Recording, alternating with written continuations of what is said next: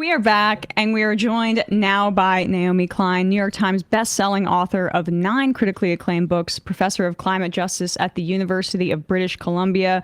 Her latest piece in The Guardian is co-authored with Astra Taylor and called The Rise of End Times Fascism. Naomi, thanks so much for coming on the show today. Well, it's great to see you again, Emma. Great to see you. Obviously, your work is so important to understanding just 21st century progressive politics and activism and what late stage capitalism really looks like. And I've been getting a lot of texts from friends saying, well, what book should I be reading right now to kind of grapple with the Trump administration? And I've been encouraging folks to read The Shock Doctrine because, like, we're not far off from that book being, it's almost 20 years old. And it occurs to me that we're seeing this evolved form of the disaster capitalist project, the shock doctrine. The Trump administration is seemingly openly creating shocks and vulnerabilities to exploit them, not just exploiting shocks as they happen. What's been your assessment of that? Sure. And it's been, I mean, that book is certainly having a revival. I'm hearing about it all the time. And it's always gratifying when a book can have a life like that. But honestly, I'd rather it be another book than this particular book. I'd love for the shock doctrine to go out of print and no longer be relevant. But I think because the book describes a particular strategy that is very popular for the right globally, which is, trying to sort of throw so much at the public in a time of crisis that, that our minds get scrambled. We lose our narrative. We're creatures of narrative. We're sort of told that like nothing we knew before this moment even applies. There's often a kind of an urge to sort of blank the slate. And so I think just knowing that this is a strategy and understanding the strategy helps drain it of its effectiveness, right? So I think that the shock doctrine is still useful in that way. I also do want to say, I know we'll get to this because I think there are ways that this follows a familiar script, and there are ways that the script is different and our reality is different. And I think there are always dangers of only looking to past precedent to understand our reality, like only looking to history and imagining that the present is just a repeat of the past. And the danger in that is that we don't see what's new, right? So I think that we are seeing a combination of tactics we've seen before in the United States, but also around the world, often pushed by the US government and its various arms. And it's really now coming home. But we're also seeing things that we haven't seen before because of the cumulative effect of the successful deployment of this particular strategy, which is why the piece with Astra is called End Times Fascism, which is different than forms of fascism that we've seen before. So I hope we can talk about what's different as well as the same. But what's the same is like, when I see, for instance, Elon's Doge boys running rampant and just decimating the U.S. government, creating markets for Musk's own products. They're talking about an AI first strategy for the federal government, basically replacing many of those federal workers with bots if they're replaced at all. I think that they should be seen in this lineage of wholly unqualified young men who have run roughshod over governments, often in the aftermath of coups d'etats. I've talked about the Doge boys as being part of a lineage of the Chicago boys in Pinochet's Chile, or the Harvard boys in Russia after the collapse of the Soviet Union, or what were called the Berkeley Mafia in Indonesia, after a coup d'etat there. So there's often been this 1-2 strategy of first comes the shock, and then sort of in the wreckage of the shock comes the rapid fire privatization, deregulation, government austerity. So I think that there are those commonalities, but they're really going for the absolute heart of the government now. And so there's old and there's new. And you can see how he's almost exploiting the results of a culmination of shocks, which include you can go back to the war on terror and trace what the administration is doing, which is the expansion of the surveillance state under the war on terror, the collapse also of the economy, and how after the Great Recession, wealth just continued to be concentrated. Also, after COVID, the wealthy got richer at the end of that. And there was a mass exploitation via greedflation, where there were naturally occurring bottlenecks and inflation due to COVID. And then when that eased and subsided, well, prices still kept going up, and you saw record profits for folks Right. at the very top. And so, like, that culmination has created this baseline kind of almost nihilism or level of anxiety that it feels like Donald Trump is kind of perfect for that moment of reality, because he's a president that he transcends truth and reality, and is very much somebody who makes his own reality by lying the entire time. And it's like, it's an escape hatch to the dystopia that we're living in, even as he exacerbates it. Yeah, there's definitely a lot going on. And one thing I would clarify is that in the instances that I was talking about before, like these earlier instances where you've had an exploitation of a political shock. And here I think it's worth mentioning that while it's true that Trump is creating the shocks, that he's also exploiting, right? That also was the case in Chile, in the sense that the Chicago Boys' economic policies backfired massively under Pinochet, and even though it was done in the name of reducing inflation, it actually led to inflation spiraling. And then there were the bailouts, right? I mean, because this is the thing, is that they win either way. And I think this is what's important. And I think a lot of people do understand this about Trump's economic team, is that you've got people who are very skilled at profiting from both a market upturn and a market crash, right? Especially if they have their hands on the levers that allow for the bailouts if it's needed. So they're not worried about the consequences of their economic wreckage particularly. But I do think that, he did have to draw back from some of the tariffs, just because I think partly he hadn't reckoned with and this is what I mean about history being cumulative, right? Like, because we are, 50 years into the neoliberal project, the economy is much more financialized than it was, when there was the Nixon shock, for instance. So some things stay the same and some things change. But you're talking about the nihilism at the heart of this project. And that's really what I've been grappling with. And I think a lot of us have been, where we're like watching this and we're like, okay, don't you also have to breathe air and drink water? Like, don't you like, okay, maybe you can send your kids to private schools. You're not worried about what happens to public schools. And these folks are all grifters, and they see all kinds of market opportunities in education. I think it's really important to understand that, not just in the sort of for-profit university or like Jordan Peterson seminar racket, right, which is very real, but also just the AI, the idea that AI should be teaching our kids, that a lot of the work of education in K through 12 and post-secondary can just be done through AI.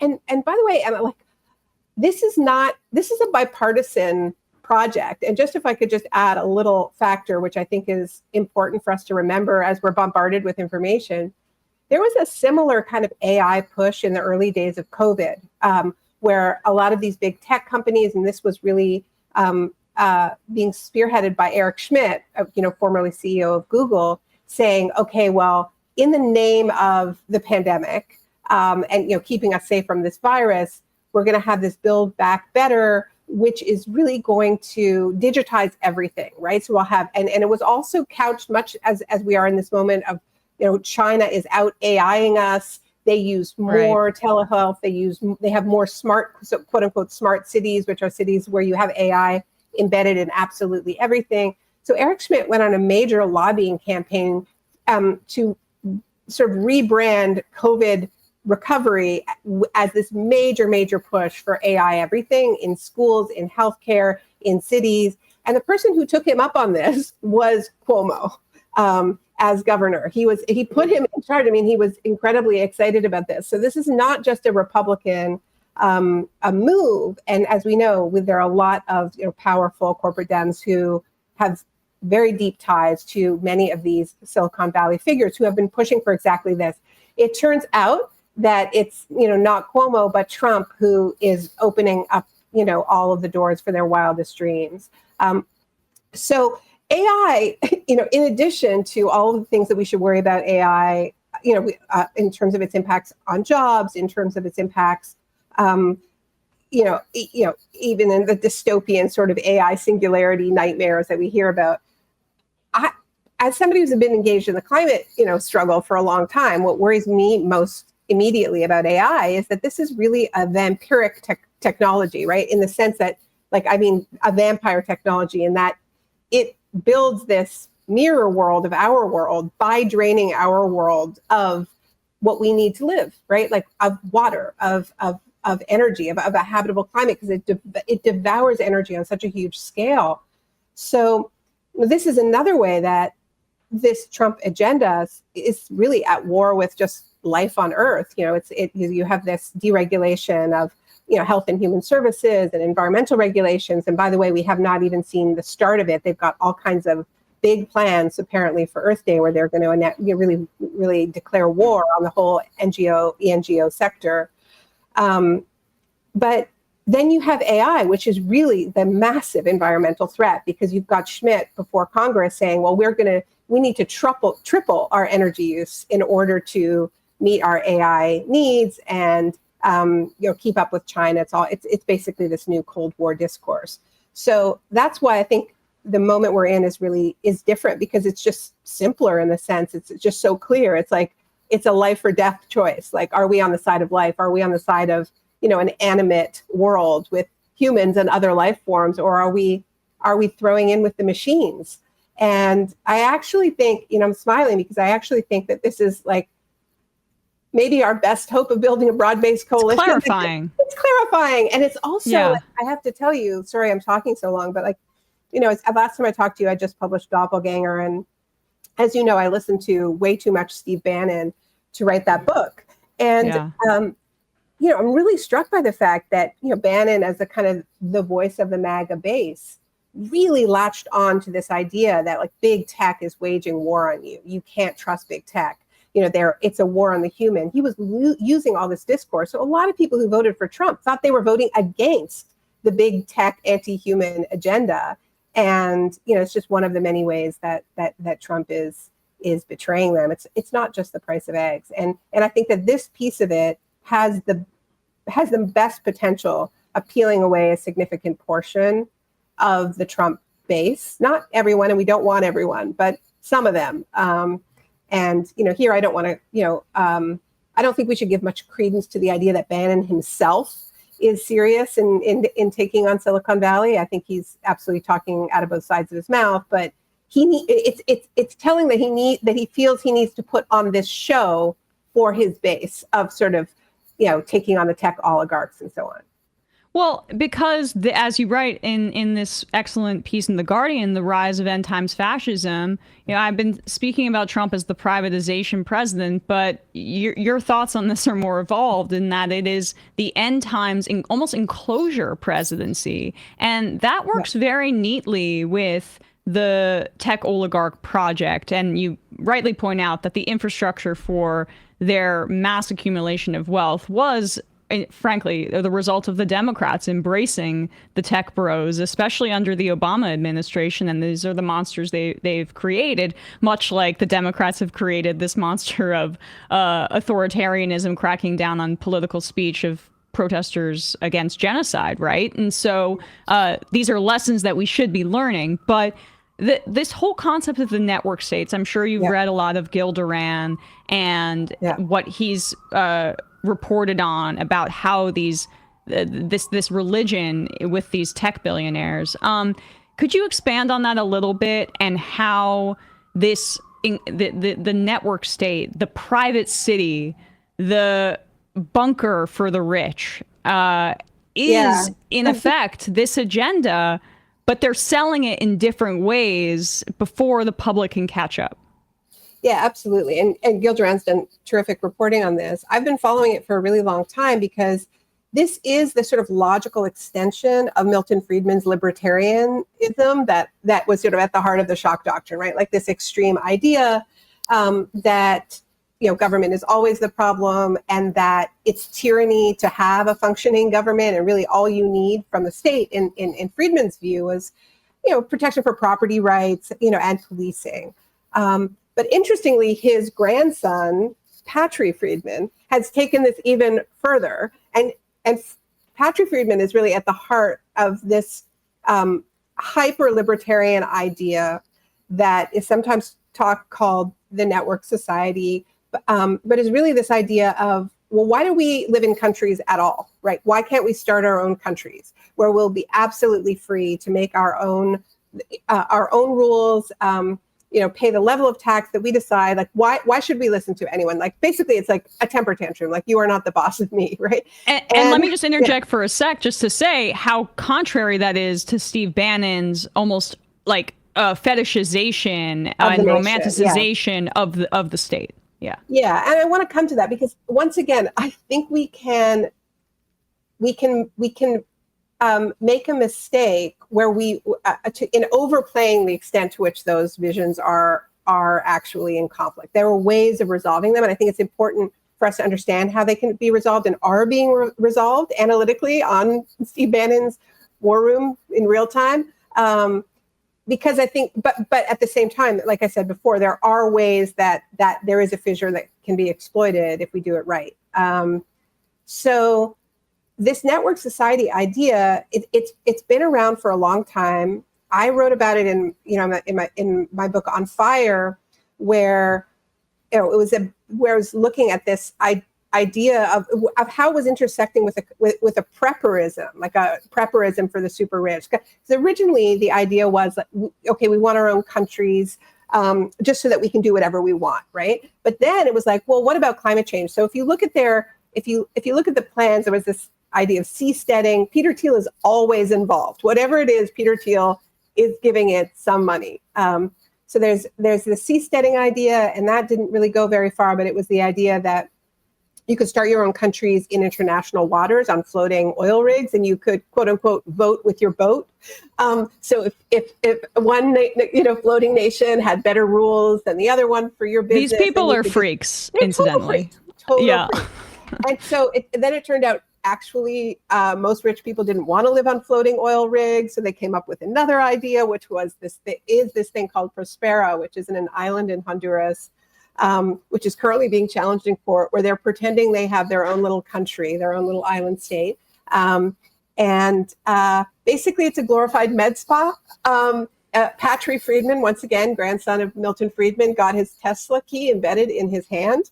So the idea is like, okay, it combines all of these niche Silicon Valley fetishes around like biohacking, right? So they're upgrading their bodies for the future. But then a lot of these projects are foreseeing a future of collapse, right? Like that's the subtext of all of this, is things are going down. And the going down may be about viruses, it may be about climate impacts, which is, one argument for a floating nation, right? You don't have to worry about sea level rise. You just keep rising with the seas. And, all of it's solar powered, renewable powered, and so on. So I think two forces have really converged. One is this idea of wanting total freedom for capitalism and no state whatsoever. And the other is this idea of things are going to get really bad and we need our private escape hatches, right? So this is where, you mentioned the war on terror. I think about the wave of privatization of the U.S. military, the U.S. Surveillance state, and players like Blackwater and Eric Prince. I mean, they're all swirling around this, right? The idea is that you have your own private armies. One of the reasons they like AI so much is because it sort of solves the problem of who's going to serve you and tend to you in your little private states. But the real dream world is the Gulf states. Honestly, it's they want to have luxury lives serviced by a combination of machines and indentured servants who have absolutely no rights, who are migrant workers with absolutely no rights. So that's their dream world. And you would think that it is highly, I mean, I think the thing that for us to understand is that it foresees collapse. And it foresees collapse, and it's being dreamed by the very people who are accelerating the collapse in the ways that we've already talked about, including by going all in on AI, which is an absolute energy hog and water hog, and is draining our real physical world. So they're saying collapse is inevitable, and oh, by the way, we're accelerating it as we prep for it. And then you have Donald Trump saying, positioning himself as this hyper-nationalist, make America great again, and you have the MAGA base who identify themselves primarily as nationalists, but their vision of nationalism is also the nation state as bunker. And this is where I think it's really important for us to understand, even if they claim to deny climate change, to not think it's real, I don't think that we can understand what's happening on borders, what's happening with offshore detention facilities, which Trump did not invent. Australia was doing it, Italy was doing it. It's been going on for over a decade now, this idea of relatively wealthy countries offshoring migrants into these sort of legal black holes. It was happening on Nauru in the Pacific Islands, Manus, Christmas Island. Libya was doing it for Europe, and now the Trump administration is doing something similar with it's actually being billed as a kind of an economic development opportunity for countries like El Salvador. So I don't think we can understand Trump's economic agenda without, or I think it's helpful to I think of them as supersized preppers, in the sense that I think all of this, yeah. Well, exactly. I mean, it's occurring to me as you're speaking. It's like the protectionism is the bunker state, or like the rapid onshoring without first years long of domestic capacity being built up that would justify the tariffs. They're putting the cart before the horse, but there's no horse, for lack of a better phrase. But the key point that you made there about the overlap, and we should be really careful not to overstate the fissures on the right, because it's just so different. Like, right. The Democrats, frankly, aren't, the Republicans in this movement, they acknowledge that there is like doom on the horizon. And the Democrats talk about things like, and how we should be maintaining our system, which is part of the reason that the right now has this salience that it shouldn't have, because they're at least acknowledging that there's a level of anxiety and there's a problem and that our system is collapsing. But there is key overlap between, as you write, the religious end timers, the network state, but also Christian and white nationalists. That piece that came out in the Wall Street Journal with Elon Musk talking about his fears about the collapse of Western civilization, and that even though the population is increasing, he's concerned about population decreases. Well, what is he referring to? He's referring to Europe and the United States. Okay, so like, yeah, the tech guys may be different than the neocons, but they still see life in the global south as dispensable. And it can justify the genocide in Gaza. It can justify protectionist policies and climate accelerationism that doesn't take them into account but builds walls up here. It, in fact, is actually the same thing. It's just a different letter in front of fascism, or a different word in front of fascism. Yeah, I think that's really well said, Emma. And, I think it's the reason why we ended up calling it end times fascism, and we played with different names, is because I think it gets at the narrative structure of all of these movements, right?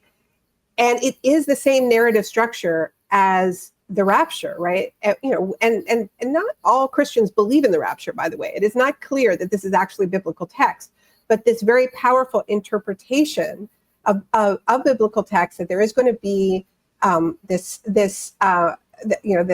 there's going to be the return of the Messiah. There's going to be this moment when the righteous get sucked up to their golden city in the sky, and then the final battle rages below, and everybody who has not been selected for this elevator ride is left to drown, burn, whatever it is. I mean, it's the most violent part of the Bible.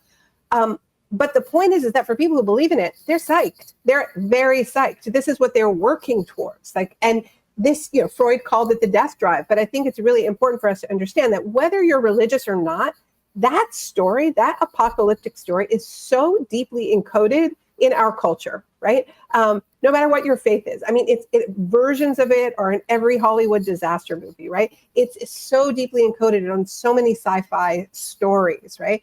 So you have this secular version of it, and you also have the simultaneous people who seriously believe in it, like apparently Mike Huckabee.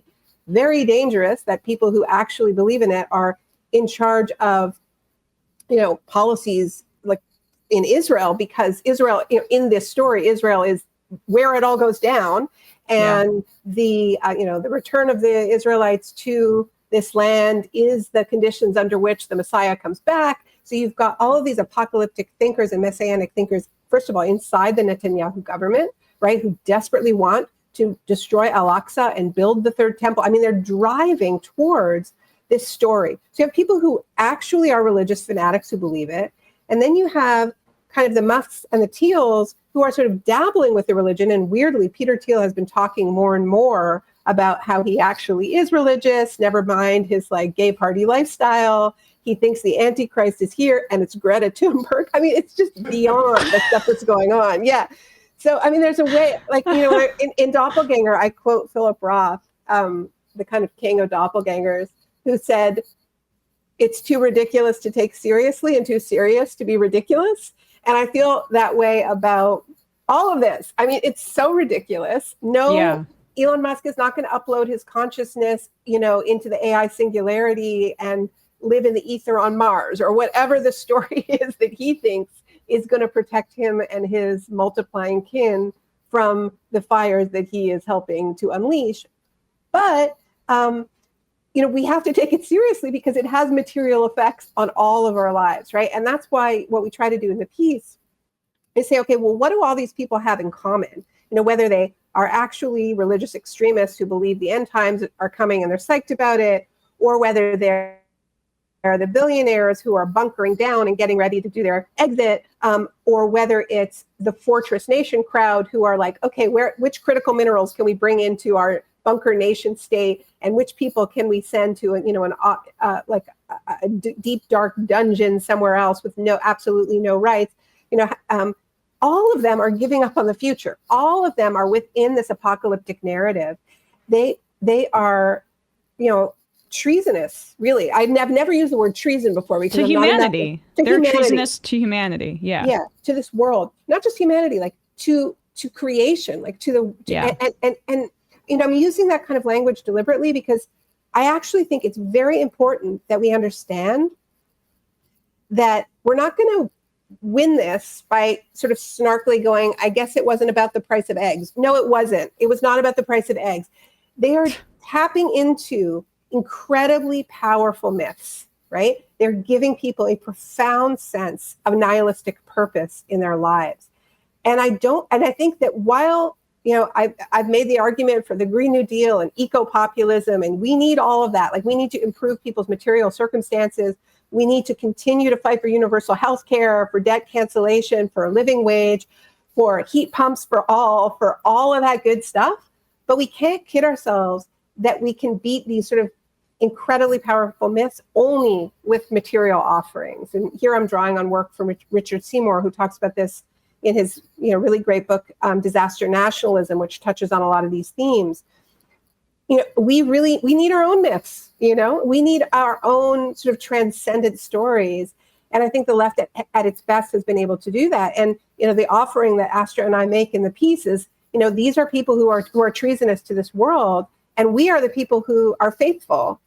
You know, we are committed to staying. They're all planning their exit strategies, whether it's a golden city in the sky or whether it's a floating oil rig, you know, in the Atlantic. I mean, they're out of here. And we need to really think about that. Like, we need to think about what we're willing to fight for and who we're willing to fight for and what it means to be so completely uninterested, you know, in the, you know, wonders of this world. A counter narrative based in humanism. And that is we have no leaders. We have very few leaders right now who are advocating for that. But I mean, look, I live on the West Coast, so I'm not only worried about the humans, I'm worried about the salmon and the orcas. And like, I think we should get witchy with this shit. Wildlife. Yeah. I should expand. All of life, yes. Yes. I mean, all of life. Astra was saying, and this is her line in the piece, like Elon Musk wants humanity to eke out a living on 2 dead orbs, the Earth and Mars. Right. And we have all of this beauty and wonder and life, abundance, and diversity. Abundance. Tell Ezra Klein. Well, Naomi, thanks so much for your time today. It's always wonderful to get your perspective. People can read the piece. It's called The Rise of End Times Fascism in The Guardian, co-authored with Astra Taylor. Thanks so much. Really appreciate your time today. Great to talk with you, Anna. Take care. Great to talk to you. Hey, folks, don't forget to hit the subscribe button and check out our daily show. We do it every day at 12 p.m. Eastern for about 2.5 hours. We even take phone calls. You should check that out.